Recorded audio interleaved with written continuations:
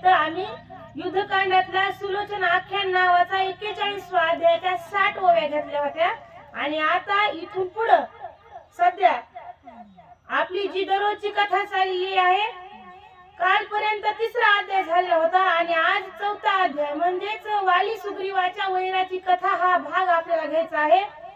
तर आज कथेसाठी पंढरपूर जवळ असणारे जे काही बार्शी गाव शहर आहे, या शहरातील एक असणार वारकरी कुटुंब आहे आणि अशा निष्ठावंत वारकऱ्याच्या घरचे चिरंजीव सुपुत्र अर्थातच आमचे श्रीहरी महाराज लावंड त्या ठिकाणी अतिशय सुंदर अशा प्रकारचं रामकथा सांगतात आणि त्यांचेच त्या ठिकाणी आज इथं आगमन झाले आणि त्यांच्या तोंडातून त्या ठिकाणी आपल्याला आज रामकथा ऐकण्याचं भाग्य मिळतंय। चला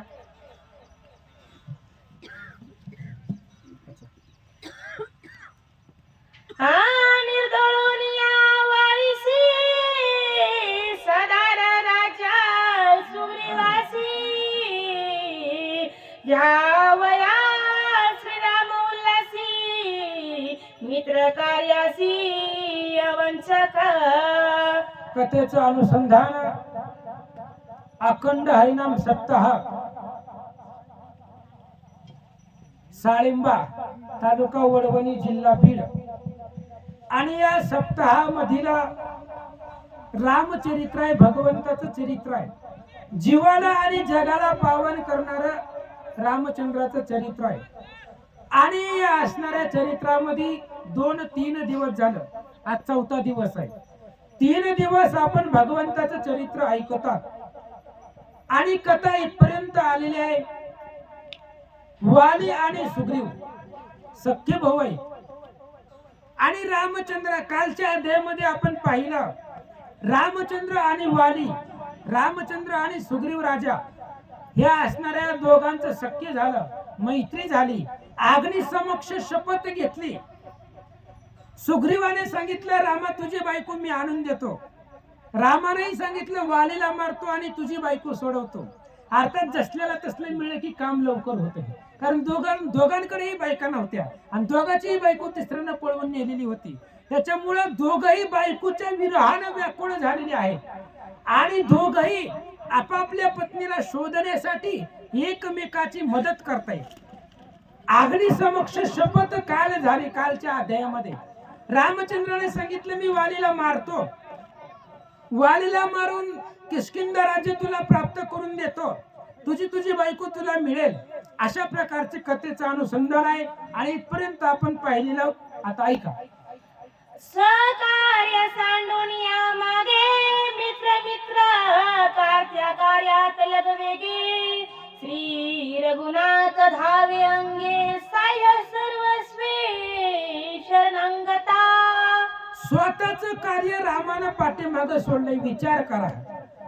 मित्र कार्याला रामचंद्रानं महत्व दिलेलं आहे। आपलं काम पाठीमागे राहिलं तर राहू द्या, मित्राचं काम आधी झालं पाहिजे, म्हणून श्रीराम धावे अंगे, अंगे शब्द वापरलाय। रामचंद्र स्वतः निघालेले आहेत, कुणाला पाठवलं नाही तिसऱ्याला। आपण आपल्याला काम सांगितले का आपण तिसऱ्यावर ढकलतो, जा तेवढं कर, पण रामचंद्राचं तसं नाही। स्वतःच्या अंगाने रामचंद्र धावलेले आहेत, कशासाठी? मित्र कार्य करायचंय। आपलं काम पाठीमागे राहिलं तरी चालतंय। मित्रपणामध्ये किती श्रेष्ठत्व आहे, मित्राच्या नात्यामध्ये किती जिव्हाळा असावा, राम आणि कृष्णाने ते सांगितलेलं आहे आपल्याला। रामचंद्राने सुग्रीवाची बरोबर मैत्री केली, भगवान श्रीकृष्णाने सुदामा बरोबर मैत्री केली आणि मैत्रीपणाचं नातं जगतापुढे राम आणि कृष्णाने आपल्याला दाखवलं।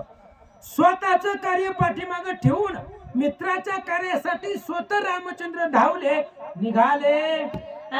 श्रीराम विचार करी शुद्धा हे तव दोघे सखे बंधू का पडला द्वेष संबंधू द्वेष संबंध पुसत।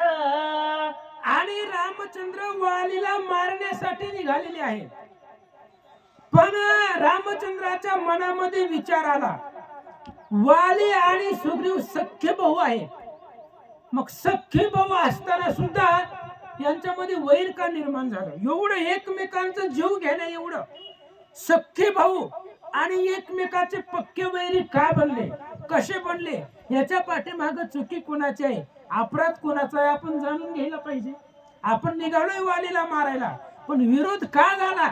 सख्खे भाऊ आहे असं म्हणतायत, हनुमंताने सांगितलेलं आहे सख्खे भाऊ आहे, मग वैर का झाला याचा विचार रामचंद्राच्या मनात आला. या वैराचे मूळ कारण समूळ सांगावे संपूर्ण. या ऐकोनिया श्रीराम भाषण सांगे आपण सुग्रीव. रामचंद्राने विचारलं, सुग्रीवाला म्हणले, सुग्रीवजी तुम्ही आणि वाली सख्खे भाऊ आहेत असं म्हणतात, मग दोघांमध्ये वैर का निर्माण झालंय? असं रामचंद्राने विचारल्याबरोबर त्यांच्या वैराची मूळ कथा म्हणजे वैर का झालं, कशामुळे झालं, ती पहिल्यापासूनची मूळ कथा स्वतः सुग्रीव रामचंद्रांना सांगू लागले. तुम्ही दोघे बंधू सहोदर, तुम्हा दोघात का पडिले वैरा,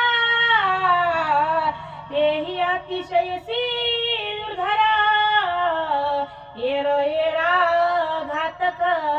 रामचंद्राने सुग्रीवाला विचारलं, सुग्रीवजी तुम्ही आणि वाली सख्खे भाऊ आहात आणि सख्खे भाऊ असताना सुद्धा एकमेकांमध्ये वैर का पडलं? बरं, वैर काही सामान्य आहे का? वालीनं जर सुग्रीवाला बघितलं तर त्याच्या नरडीचा घोट कधी घेईन असं त्याला वाटतंय. मग एकमेकाचा जीव घेण्याबद्दल एवढं वैर तुमच्या मनामध्ये का निर्माण झालंय मला सांगा. पिता पुत्र सख्य सहोदरा, वैरासी मूळ द्रव्यधारा, सरदय पेटती वैराकारा, द्रव्यधारा लोभत्वे. आणि नाथ महाराजांनी सांगितलेलं या ठिकाणी पिता, मुलगा आणि वडील यांच्यामध्ये जर वैर होण्याचं मुख्य कारण असेल तर दोनच गोष्टी वैराला कारण सांगितल्या, द्रव्य आणि दारा. द्रव्य म्हणजे पैसा आणि दारा म्हणजे स्त्री. या दोन गोष्टीमुळे आपापसामधले नाते संपले जातात, तुटले जातात असं सांगतात. द्रव्यधारा या लोभापासी, अहंकार सदा मुसमुसी, तो वैर पाडी सरदयांसी, आम्हा दोघांसी वैर लोभे. आणि सुग्रीवाने सांगितलं, रामचंद्राला सांगू लागलेला, रामा द्रव्य आणि दारा या दोन गोष्टीपाशी अहंकार आहे. द्रव्यापाशी श्रीमंतीचा अहंकार असतो, सुंदर स्त्री मिळाली याचा अभिमान असतो, याचा अहंकार असतो. आणि परमार्थामध्ये सुद्धा ज्ञान अहंकार घातक आहे. प्रपंचामध्ये द्रव्य आणि दारा हे अहंकार घातक आहे, परमार्थामध्ये ज्ञान अहंकार घातक आहे. आमच्या दोघांमध्ये जे वैर झालं त्या वैराचं कारण म्हणजे द्रव्य दारा आणि लोभ आहे, यामुळे झालं. सुग्रीव महाराज सांगतात, कैसा लोभ कैसा लोभ वैर कवना, त्याही वैराचे निज कारण, समूळ सांगेन लक्षण, सावधान धारी. आणि सुग्रीवाने सांगितलं, भगवंता रामचंद्रा कशा पद्धतीने आमच्यामध्ये वैर झालं असा प्रश्न तुमच्या मनामध्ये आलेला आहे. मग आमच्या वैराची मूळ कथा, पहिल्यापासूनची कथा तुम्हाला सांगतो, कसं कसं वैर झालं ऐका. आमच्या वैराची थोरी, श्रीराम सावधा अवधारी, श्रीराजा लोभाचारी, वाळीने बाहेरी घातले. आणि सुग्रीवाने सांगितलं, रामा आमच्या दोघांमध्ये वैर का झालं, कशामुळे झालं? आणि स्त्रीचा लोभ वालीला असल्यामुळं, ते असणाऱ्या वालीनं स्त्री लोभानं मला त्या ठिकाणी किष्किंधेच्या नगरीच्या बाहेर हाकलून दिलं. सुग्रीव महाराज सांगतात, पिता राजी असता जाण, वाळीचा एवढा राज्य संपूर्ण मज दिधले सैन्याधिपतीपण समसमान एकात्मता.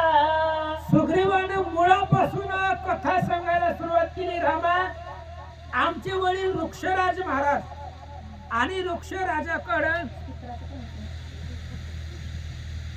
वृक्षराजाकडे ज्या वेळेस किष्किंधेचं राज्य होतं त्यावेळेस वालीला युवराज्य पद दिलेलं आहे.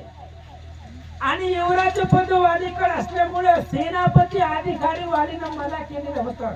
किष्किंधेचा युवराज वाली होता आणि पिता वृक्षराज राजा होते असं सुग्रीवजी सांगतात. पितानी मालियावरी जाण समस्त मिळूनी प्रधान ज्येष्ठ वाळीसा राजा सन युवराज्य पूर्ण मज दिधले. सुग्रीवाने सांगितलं, रामा, ज्या वेळेस आमचे वडील मरण पावले, कालांतराने वृक्षराजाचं निधन झालं, मेल्यानंतर मग मोठा भाऊ या नात्यानं वालीला किष्किंधेचं राज्य दिलं. राज्याभिषेक त्याचा किष्किंधेवरती राजगादीवरती केला आणि मी त्याचा लहान भाऊ असल्यामुळं युवराज पद माझ्याकडे आले गेलं असं सांगू लागला. शांत दात सुबुधी प्रबळ सेना राखो जाण्या विकळ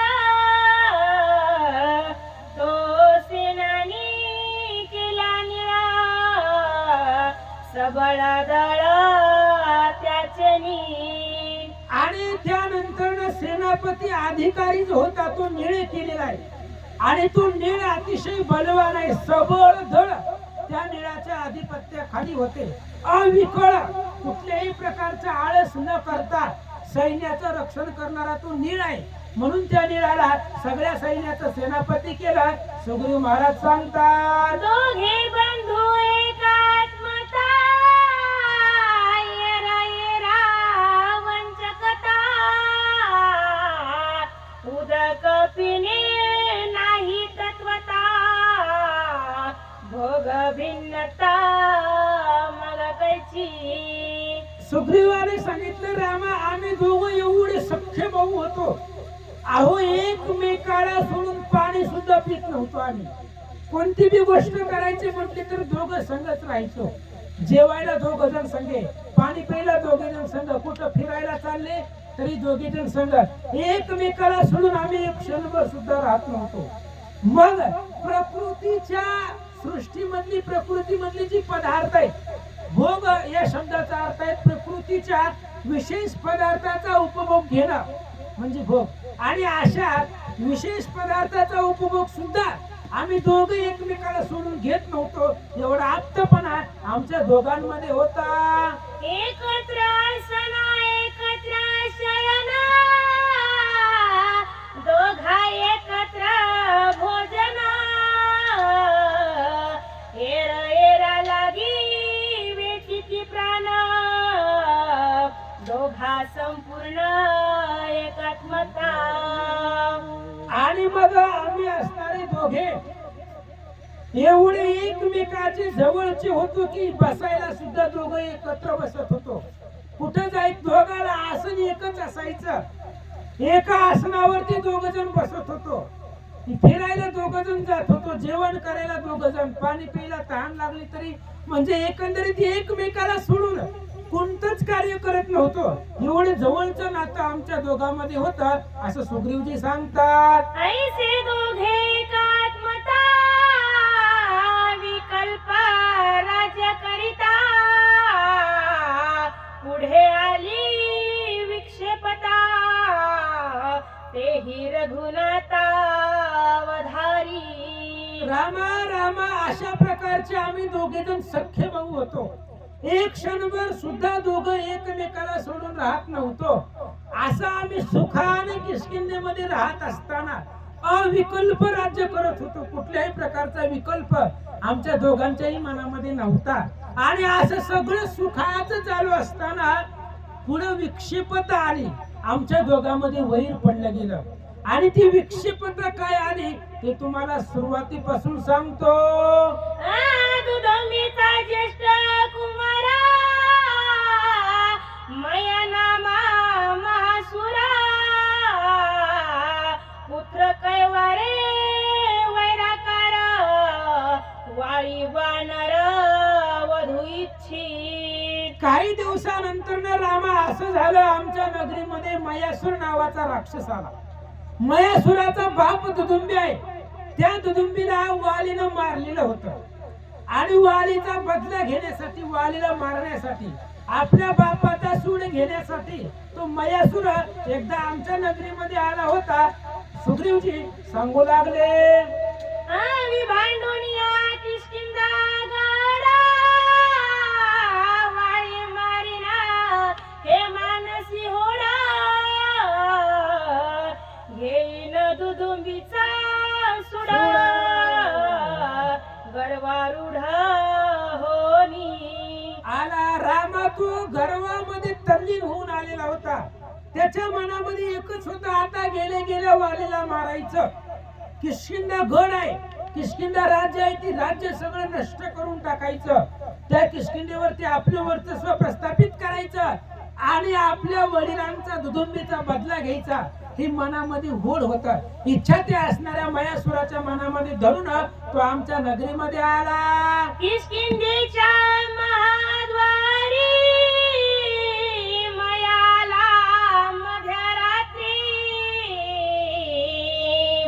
गरजत घर घर स्वरी गिरी कंदरी दुमादुमिल्या. आणि रामा ती राक्षस आहे. राक्षस दिवसा येत नसतात महाराज, त्यांना शब्द आहे निशाचर. रात्रीच्या वेळेला अपरात्रीला जे बाहेर पडतात राक्षस, अशी उन्मात असतात, त्यांची वेळ असते ती. म्हणून रामा ती मध्यरात्रीला आलं, सगळी झोपल्यावर. आणि मध्यरात्री आल्याबरोबर घोपळ्यासारखं ओरडू लागलं. आणि एवढं रात्रीच्या ओरडू लागलं, गिरी कंदरामध्ये आवाज घुमू लागला. सगळे असणारे पशु पक्षी घाबरून गेले, दुमदुमून गेले. गिरी शिखरामध्ये आवाज घुमू लागला. एवढी कांटाळून बसण्यासारखं आरडू ते राक्षस त्या ठिकाणी ओरडू लागला. ऐकोनी त्याचा गिरा गजरा भयभीत झाले सबळ वानरा अवघे कापती थर थर राहावया धीर न धरवे. आणि रामा ती राक्षस रात्रीच्याला आलं. रात्री सगळे झोपलेले असतात निवांत. आणि राक्षस रात्रीच्या किष्किंधेच्या राजवाड्यामध्ये मुख्य दरवाजामध्ये येऊन ओरडू लागलो. आणि त्याच्या आवाजानं सबळ वानर, हलकी नाही, जी ताकदीनं बलवान वानर होती, ती वानर थर थर थर कापू लागली. एवढं आक्रोश, एवढ्या मोठ्या आवाजामध्ये ती ओरडू लागला. वानरांचा राजा वाळी येथे कोण आहे महाबळी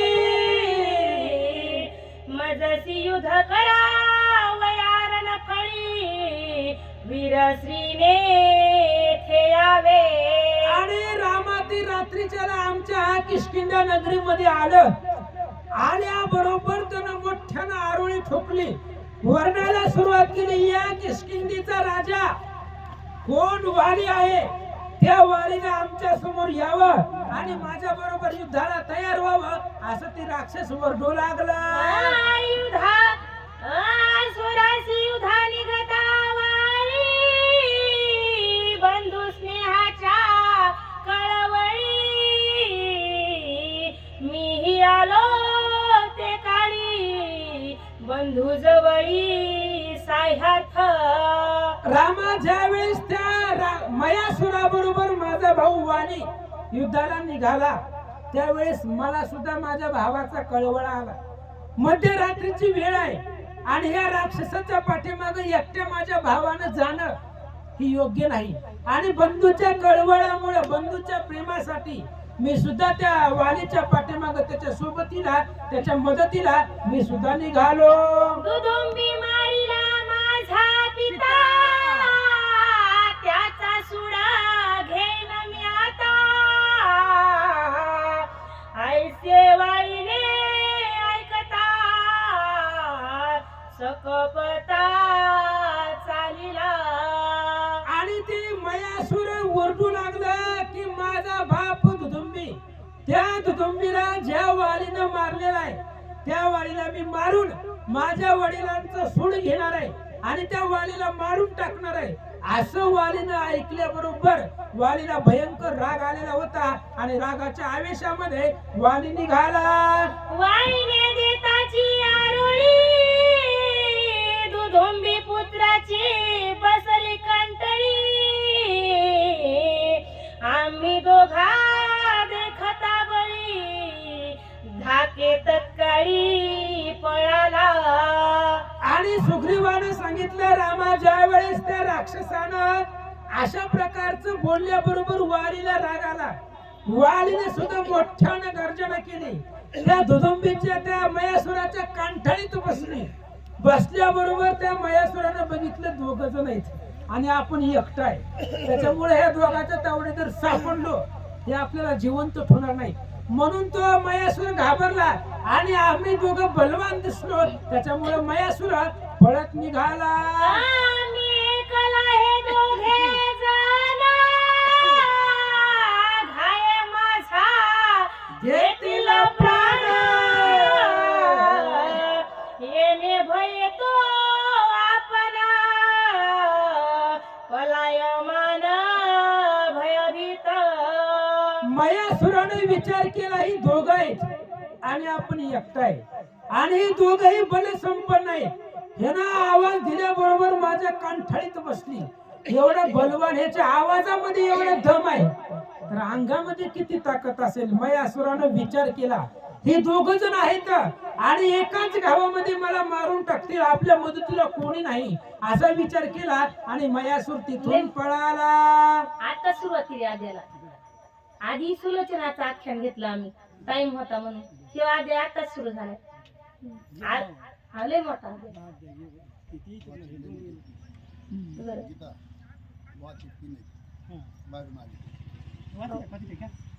शंभर वय शिल्लक ठेवते ना महाराज. लांबून आले बारशीहून. 10 नाही तुमच्यासाठी लय मोठे. पुढं लय मोठ 50. वाई माने असेल मारिता नगरा नवचे विरिता. याच्या करावया जीव घाता पाठी लागता सोडिना. वालीने विचार केला हे माझ्या दारापर्यंत, माझ्या घरापर्यंत आले. त्याच्यामुळे आता पातळामध्ये जरी लपलं तरी मी ह्याला सोडणार नाही. निम्याराचीला आमच्या अख्खं गाव जागा केलंय. नाही नाही त्या आवाजामध्ये ओरडलं. त्याच्यामुळे आता ह्याला कुठं बी जाऊ द्या, ह्याला सोडणार नाही. म्हणून मयासुर पुढे निघाला आणि त्याच्या पाठीमाग वाली निघाला. किष्किंधा साधुली दोरे माया पळगिरी कंदरी येऊन निजविवारी बलद्वारी प्रवेशला. मयासुर पुढे निघाला आणि त्याच्या पाठीमाग वाली आणि सुग्रीव निघाले होते. मयासुर आपापल्या ठिकाणापर्यंत आला, किष्किंधेपासून लांब आला. या दोघांना घेऊन मयासुर खूप अंतरावरती आल्याबरोबर त्याचं जे भीड होतं राक्षसाचं, त्या असणाऱ्या बिळामध्ये मयासुर घेतलं, घुसला आणि बिळाच्या तोंडाला दोघे जण आले.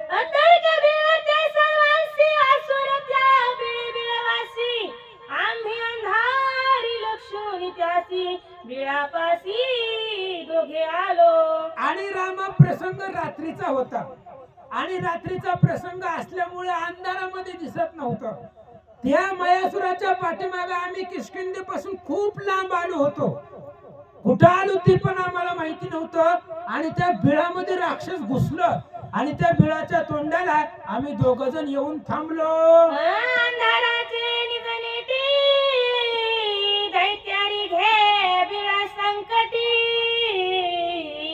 आम्ही त्याची नसुडी पाठी बिळानी कटी आलो दोघे. आणि रामा असं झालं होतं की ते असणाऱ्या मयासुर बिळामध्ये गेला. त्यानं बिळामध्ये गेल्याबरोबर आम्ही त्याची पाठ सोडली नाही. त्याचा पाठला करत करत करत ज्या बिळामध्ये ती घुसलेला आहे त्या बिळाच्या दरवाजाला, बिळाच्या तोंडापर्यंत आम्ही दोघ जण आलो. वाई मजला आज्ञा करी सावध राहे बिलगारी मीर घेना भितरी जवळ वैरी मारुनी. आणि रामा त्यावेळेस मला वालीनं आज्ञा केली, मोठा भाऊ आहे, आणि वालीनं सांगितलं सुग्रीवा तू इथंच थांब, मी बिळामध्ये जातो. लक्षात घ्या, बिळामध्ये कधी जायचं नाही. बिळामध्ये गेल्यानंतर ना त्या बिळामध्ये कोट्यवधी राक्षस होती त्याची. आणि वालीनं सांगितलं सुग्रीवाला तू या बिळाच्या तोंडाला थांब, मी या बिळामध्ये जातो आणि मयासुराला मारतो. असं वालीनं सुग्रीवाला सांगितलं. मी म्हणे सवेना साह्यासी वाई म्हणे जमसकासी मारवया काय साह्यासी बैसद्वारासी सावधान. मी वालीला सांगितलं वाली मी पण तुझ्या मदतीला येतो. बिळा आपल्याला माहित नाही, ते आतरके बिळ आहे, त्या बिळामध्ये किती सैन्य आहे, कोण कोण आहे आपल्याला माहिती नाही. तुला एकट्याला त्या बिळामध्ये सोडणं मला योग्य वाटत नाही, मी पण तुझ्या मदतीला बिळामध्ये येतो. असं सुग्रीवाने सांगितल्याबरोबर वालीने सांगितलं चिलाट आहे ती. मयासूर म्हणजे काय नाही, भल त्याच्या बापाला मारले, त्याला मारायला काय वेळ लागणार आहे, चिलटासारखं राक्षस आहे. आताच्या आता मी जातो आणि त्या चिलटाला मारायला कशाला मदत लागते, असं वालीनं सांगितलं. बिळी प्रवेशता वाळी दुधुंबी सुते नेला पातळी. तेथे दानव कोट्यानु कोटी बळी युधार वंदळी मांडली. आणि बिळामध्ये घुसला वाली आणि त्या वालीला दुदुते असणाऱ्या मयासुरानं पाताळामध्ये नेलं. पाताळ म्हणजे सप्त पाताळ आहेत खाली, अतळ वितळ सुतळ तळातळ महातळ रसातळ आणि सातवं पाताळ. आणि त्या पाताळामध्ये वालीला घेऊन गेला राक्षस. आणि पाताळामध्ये गेल्याबरोबर कोट्यवधी राक्षस त्या ठिकाणी एकत्र झाले. युद्ध देखोनी दारुणा वाळी झाला सावधान. वरद विजया मला पूर्ण पाहे आपण ते काही. आणि मग त्यावेळेस वालीनं पाहिलं त्या बिळामध्ये कोट्यावधी सैन्य आहे आणि त्या कोट्यावधी सैन्याबरोबर एकट्याला युद्ध करायचंय. असा प्रसंग ज्या वेळेस पाहिल्याबरोबर वालीनं आधी आपल्या गळ्याकडे बघितलं, गळ्यात माळ आहे का, आणि माळ असली तर जावं, माळ असली तर आपल्याला विजय प्राप्त होईल. आणि माळेवरतीच विजय होता, त्याच्यामुळे आधी गळ्यामध्ये पाहिली माळ आहे का, आणि माळ आहे असं म्हटल्याबरोबर शिरला. कश्यप वरद विजया माळा इंद्रे दिदली कृपानु मेळा. वाळी सांभाळो नियागळा मग परदळी मिसळला. वालीनं आपल्या गळ्यामध्ये चेक केलं आणि आपल्या गळ्यामध्ये माळ आहे का, कश्यप वरदानाची माळ आहे आणि ती माळा इंद्राने दिलेली होती. त्याच्यामुळं माळ गळ्यामध्ये आहे असं बघितल्याबरोबर ती माळ हातामध्ये घेतली, सारसावली ती माळ व्यवस्थित ठेवली गळ्यामध्ये आणि मग परदळामध्ये वाली गेला. कंठी माळाल्या देखा अवश्य वैरी होती विमुखा. युधालिया सन्मुखा राणी अशेष मरावे. आणि कश्यप वरदानाची माळ गळ्यामध्ये असल्यामुळं त्या असणाऱ्या वालीचा पराजयच नाही, कधीच नाही. त्याच्यामुळं त्याला असणारा जो वैरी त्या माळेच्या समोर येईल त्याची अर्धी ताकद वालीला येत होती. त्याच्यामुळं त्याला पुढच्या शत्रूचं बळ कमी होत होतं, आशक्त होत होता आणि विजय वालीला भेटत होता. म्हणून माळेच्या समोर आला की पुढच्या शत्रूचा पराजय निश्चित होता. म्हणून वाली बिंदास निघाला. निराहारी निरुदकी युद्ध करिता वर्षाने की. बाधो न शके तहान भुकी श्रम बाधा नव्हे वरदे. वालीला वरदान युक्त ती होती. कश्यप ऋषींचं वरदान आहे आणि इंद्राला विजय मिळाल्यामुळे कश्यपानं ती माळा इंद्राला दिली आणि इंद्राने ती माळा वालीला दिलेली होती. वर्षानुवर्ष जरी युद्ध केलं तरी त्या माळेच्या प्रभावानं वरदानाच्या प्रभावानं भूक आणि तहान काहीच लागत नव्हती. एवढं सामर्थ्य त्या माळेमध्ये होतं. वरदमाळा सता जवळी वाली वानरा तुरबळी मर्दनिया दानवांची फळी रण कल्लोळी गरजत. आणि वरदानाची माळा गळ्यामध्ये असल्यामुळं वाली आतुरबळी होता महाराज. वाली अगोदरच बल संपन्न आहे आणि तो असणारा वाली कोणालाही ऐकत नव्हता. जोपर्यंत माळ गळ्यामध्ये आहे तोपर्यंत वाली कोणालाच ऐकत नव्हता. किती जरी ताकदवान आला तरी वाली आतुरबळी होता, सामर्थ्यवान होता, कोणालाही युद्धामध्ये ऐकत नव्हता. सप्रधान सैन्य सुकुमारा दानव मारिले अपारा मुख्य धुरा थोर थोर वाहती पुर रुधिरांचे. आणि अशा प्रकारे त्या माळेच्या वरदानामुळे माळेच्या जीवावरती माळेच्या बळावरती वाली परदळामध्ये मिसळला गेला. कोट्यावधी राक्षस होती त्या बिळामध्ये आणि त्या सगळ्या राक्षसांना माळेच्या प्रभावानं वाली मारू लागला. दानव मारिले अमिता उरले ते पळाले समस्त दुधुंबी पुत्रा येऊन तेथा युद्ध करी वाळीसी. आणि मग अनेक दिवस युद्ध चालले गेलं आणि अनेक दिवस युद्ध चालल्यामुळे रक्ताचे पाठच्या पाठ नद्याच्या नद्या वाहत होत्या. मयासुराच्या सैन्याचं राक्षसाचं आणि वालीचं घनघोर अशा प्रकारचं युद्ध त्या बिळामध्ये अनेक दिवसापासून सुरू होतं. निरुदास निराहारेसी अविश्राम एक रण एक विसमासी त्याचे नी होते मृत्यू पावसी मयासुरासी शिववरदा.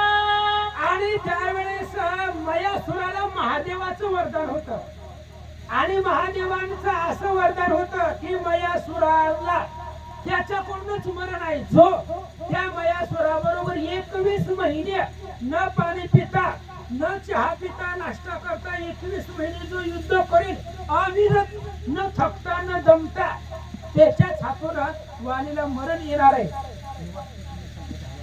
अशा प्रकारचं असणारं वरदान त्या मयासुराला होतं आणि असं वरदान असल्यामुळं तो कोणालाही ऐकत नव्हता. आजपर्यंत त्याला विजय मिळत आलेला होता.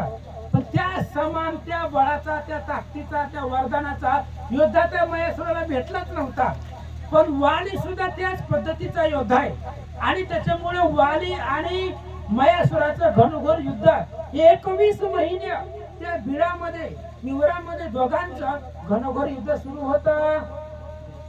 आता आमची बंधुरात वाचणार आहेत. मी सांगणार तर 39 ओव्या झाल्यात आणि 139 ओव्या फक्त 39 झाल्यात. मग आणखीन आता ते वाचणार आहेत 10. मग मी सांगते ते माझ्यासाठी एवढे लांबून आले तर आणि ते म्हणले तुम्ही आता ताई सांगा 10. श्री गणेशाय नमः. श्री सरस्वते नमः.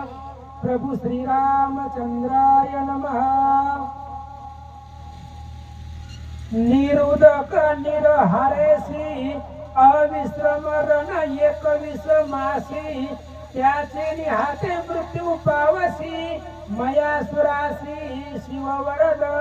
प्रभु रामचंद्र भगवान की जय.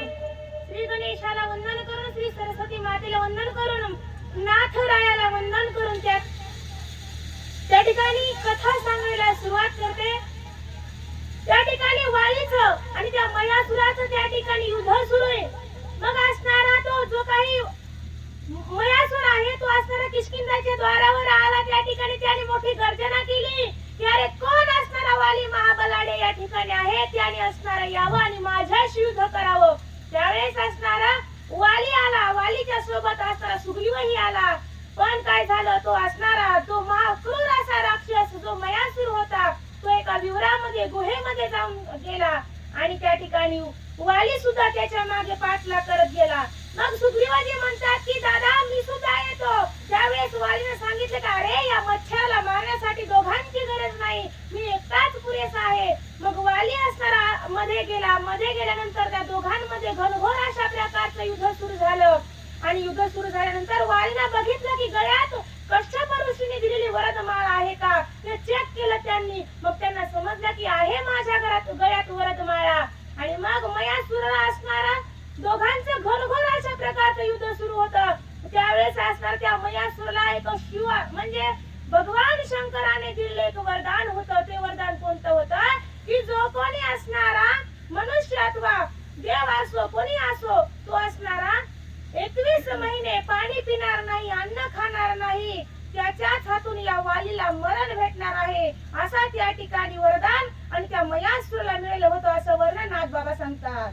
वाली मारावयानी भ्रांत वरद बळे युद्ध करिता वाळी निज माळे समर्थ श्रम रहित रणयोद्धा. आणि त्या वालीचं आणि मयासुराचं घनघोर अशा प्रकारचं युद्ध सुरू झालं. आणि त्या ठिकाणी मयासुराला वाटू लागलं की बाबा मला तर असणारा भगवान शंकराचं वरदान आहे की मी 21 महिने मला सतत जर माझ्यासोबत निराहारी निरुद्योगी राहून जर युद्ध केलं तरी सुद्धा मी मरू शकत नाही. या वालीनं माझ्यासोबत कितीही घनघोर युद्ध करू द्या मला काहीच होणार नाही असं त्या ठिकाणी वालीच्या मनामध्ये होतं. त्या असणाऱ्या मयासुराच्या मनामध्ये होतं. तर इकडे असणाऱ्या वालीच्या मनामध्ये होता की माझ्या गळ्यात कश्यप ऋषींनी दिलेली माळ आहे, जी काही माळ कश्यप ऋषींनी इंद्राला दिली होती आणि इंद्राने वालीला दिली होती आणि अशी वरदमाळा त्या वालीच्या गळ्यात होती. आणि दोघांनाही त्यांच्या वरदानाचा आनंद होता आणि दोघंही त्या ठिकाणी निर्भीडपणे युद्ध करत होते म्हणतात. 15 मास दुर्धर रण मयासुरासी सुटले रुधिर अशुद्ध पूर्ण झाले विवर बाहेरी पुर प्रवाह. आणि त्या ठिकाणी दोघांचं घनघोर अशा प्रकारचं युद्ध सुरू झालं. कुणीच कुणात कमी नव्हतं. आणि 15 महिने असणाऱ्या दोघांमध्ये युद्ध सुरू झालं. मायबाप 15 तास सुद्धा आपण शेतात काम करू शकत नाही बिना अन्न पाण्या वाचून. पण वाली असणारा 15 महिने काहीच पोटात नव्हतं, तहान नाही, भूक नाही, सतत फक्त युद्ध आणि युद्ध. आणि दोघांमध्ये घनघोर अशा प्रकारचं युद्ध सुरू होतं. आणि त्यावेळेस कुठंतरी त्या मयासुराच्या अंगातून असणारा रक्ताचा प्रवाह सुरू झाला आणि त्या ठिकाणी रक्ताचे पूरच्या पूर वाहू लागले असं वर्णन येतंय. मी बैसल होतो बिलद्वारी काय वर्तले भीतरी ते बिनेची बाहेरी 6 वर्षावरी तिष्ठलो. आणि त्या ठिकाणी सुग्रीवजी प्रभू रामचंद्राला सांगतात राघवा हे रघुनंदना अरे तुला काय सांगू 15 महिने असणार मी त्या गुहेच्या दारामध्ये त्या उंबरवठ्यावरती बसून वाट पाहत होते र कधी माझा भाऊ बाहेर येतोय, कधी माझा वाली दादा मला पाहायला भेटतोय. पण अरे एक अपूर्व मी माझ्या डोळ्यांनी बघितलं की असणाऱ्या त्या गुहेतून बाहेर रक्ताचे पूरच्या पूर लोटत होते आणि मला खूप भीती वाटत होती असं राजा सुग्रीव भगवंत प्रभू रामचंद्रला सांगतोय. तव वीरांचा रण क्रोध भीमावेशे गरजत शब्द नो कोणपणाचे सुबुद्ध अति विरुद्ध ऐकिले. आणि हे प्रभू रामचंद्र आणि रक्ताचा पूर तर वाहतच होता पण कानामध्ये भयंकर असा युद्धाचा आवाज येत होता. मोठमोठे महावीर असणारे झुंजत होते वाली सोबत आणि त्यांचा कुंठण्याचा आवाज येत होता, लढण्याचा आवाज येत होता आणि रक्ताचा प्रवाह तर असणारा त्या गुहेतून बाहेर येत होता. अशी त्या ठिकाणची घडलेला वृत्तांत भगवंताला सुग्रीव सांगतोय. एक रडत एक पडत एक कणत एक कुंठत ऐसे वीर विकळित म्या हे समस्त ऐकिले. अरे राघवा काय सांगावं त्या गुहेमधून अनेक आवाज माझ्या कानावर पडत होते. एक रडत होता, एक पडत होता, एक कुंठत होता, एक कणत होता आणि अशा प्रकारचे आवाज माझ्या कानावर येत होते. माझं हृदय सदगदित झालं होतं. मला सुद्धा खूप दुःख वाटत होतं की नेमका हा आवाज कुणाचा असावा, वालीचा असावा की राक्षसांचा आवाज असावा असा सुग्रीव म्हणतोय. आईचे शब्द जव ऐकता तव बिळातून रक्त निघाले अति प्रवाहित सफेन उतत बिलद्वारी. आणि हे राघवा, अरे हे शब्द तर असणारे माझ्या कानावर येत होते, पण असणारा त्या गुहेच्या दारातून असणारा पूरच्या पूर त्या रक्तांचा वाहत होता.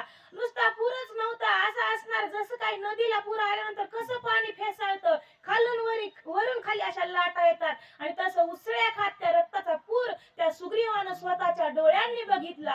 बिलद्वारी देखून या रक्त वाळी मारिला युद्धात तेने मी झालो दुःखाभिभूत पडिलो मूर्छित आक्रंदे. आणि हे राघवा, अरे एक आश्चर्य तुला काय सांगू, मला वाटलं की हा येणारा जो काही आक्रोश होता, जो आवाज होता, हा निश्चितच माझ्या वालीचा, माझ्या बंधुरायाचा असावा, कारण आज कोट्यानुकोटी राक्षस असतील, पण माझा दादा एकटा होता. आणि त्या सुग्रीवाला वाटू लागलं की हा आवाज निश्चितच माझ्या भावाचा असेल, म्हणून सुग्रीवाला अतिशय दुःख झाला. दुःखाने सुग्रीव राजा रडू लागला आणि रडून मूर्छित येऊन पडला. यानंतर असणारा दुसरे वाचक येथील कथा वाचतील. प्रभू रामचंद्र भगवान की जय. बिलद्वारी देखोनी रक्त वाळी मारिला युद्धात येणे मी झाला दुःख विभूत पडिलो मूर्छित आक्रंद. कथेचं अनुसंधान रक्ताच्या नद्या ज्या वेळेस बिळाच्या बाहेर आल्या, कारण कोट्यवधी राक्षस होती महाराज, आणि एवढ्यांना मारल्यामुळे रक्त सगळं बिळाच्या बाहेर. कोट्यवधी राक्षसांचं रक्त म्हणजे काय थोडं आहे का, नद्या रक्ताच्या बाहेर येत होत्या. आणि ती रक्त त्या बिळाच्या दरवाजाला पाहिल्याबरोबर माझ्या मनामध्ये विचार आला, माझा भाऊ आतमध्ये गेलेला आहे, आणि ज्या अर्थी एवढं रक्त वाहतंय त्या अर्थी निश्चितच माझा भाऊ त्या बिळामध्ये मारला असावा, असा विचार माझ्या मनात आला. वाळी आईचा बंधू निदान रणी पाडिल्या क्रंदना याचा सूड घेवाया जाण बिळ्या पनारी गोपाया. आणि रामा, ज्या वेळेस मी रक्ताचा लोट पाहिला त्यावेळेस माझ्या मनाला वाटलं, कारण मनामध्ये संकल्प आणि विकल्प असतो, असं झालं नसेल तर तसं झालं असेल, मन आहे आणि मनामध्ये असे विचार येत असतात. म्हणून माझ्या मनामध्ये विचार आला की निश्चितच माझ्या असणाऱ्या भावाला वाली त्या बिळाच्या ठिकाणी मारला गेला, आणि मारल्यामुळं ते असणाऱ्या मला खूप दुःख वाटलं, आणि मी त्या असणाऱ्या बिळामध्ये जाण्याचा विचार करू लागलो. पाहोनी निज बुधाची वासा रड घालनी आकाशा बिळी करताची प्रवास रुसिलो मत मजवारी. आणि त्यावेळेस मला खूप दुःख वाटलं, ज्याच्यावरती मी जीवापेक्षा जास्त जीव लावलेला आहे, जिव्हाळा आहे असा माझा भाऊ जाऊ नको म्हणत असताना एकटा बिळामध्ये गेलेला आहे. आणि 21 महिन्याचं वरदान होतं, त्याच्यामधली 15 महिने गेले होते, म्हणजे 1.25 वर्ष झालेलं होतं, आणि 1.25 वर्ष बिळामध्ये एकटा वाली होता. काय झालं रामा मला माहिती नव्हतं. 1.25 वर्षानंतर रक्ताची पाठच्या पाठ बाहेर आले, त्यावेळेस मी ठरवलं माझा भाऊ मेला, आणि त्या भावाच्या शुद्धीसाठी मी त्या बिळामध्ये निघालो होतो. पण तेवढ्या वेळामध्ये लोमश नावाचे ऋषी आले, आणि त्या ऋषीनं मला थांबवलं. किस्किंदा राहिली बहुदुरी दुधुंबी पुत्र बिल प्रवेशांतरी आम्ही दोघे गुंतलो विवारी राजा नगरी कोणी नाही. आणि त्यावेळेस लोमश ऋषींनी सांगितलं सुग्रीवाला, मला म्हणले, सुग्रीवा, तुम्ही किष्किंधेपासून खूप लांब आलेले होतात, आणि अंधारामध्ये तुम्हाला कळलं नाही तुम्ही किती लांब आलाव, आणि वाली त्या बिळामध्ये गेलेला आहे, आणि वालीला जाऊन 15 महिने झालेला आहे. 15 महिने झाले किष्किंधेमध्ये राजा कुणीच नाही, राज बी इकडेच आहे आणि युवराज बी इकडे आहे, त्याच्यामुळे किष्किंधेवरती संकट आलं. तुला सांगतो, आई से जानानी किस्किंदा पुरा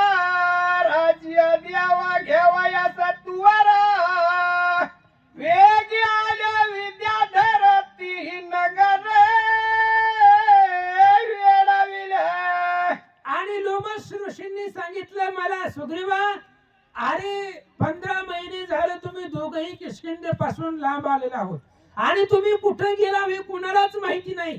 तुम्ही दोघं निम्म्या रात्रीच गायब झाले आणि ज्या वेळेस नगरीमध्ये राजा नाही, युवराजा नाही आणि राज्य विरहित नगरी पाहिली आणि ते असणारे विद्याधर, त्या विद्याधराने किष्किंधा नगर वेढून टाकलेलं होतं असं लोमस ऋषींनी मला सांगितलं होतं. रामा हा भूत दे कोणी नगरी मदपासी प्रधानाचारी आले अति त्वऱ्या करी रिगता विवारी ती वारीला. आणि रामवालीच्या शुद्धीसाठी मी बिळात जायला तयार झालो होतो.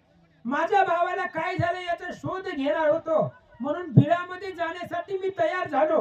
पण लोमस ऋषींनी मला थांबवलं आणि माझे जे 4 प्रधान आहेत ते 4 प्रधान आमच्या शुद्धीसाठी फिरत होते आणि ते 4ही प्रधान माझ्यापाशी आले. आल्याबरोबर त्या 4 प्रधानांनी सुद्धा मला थांबवलं गेलं, अडवलं गेलं. असं सांगतात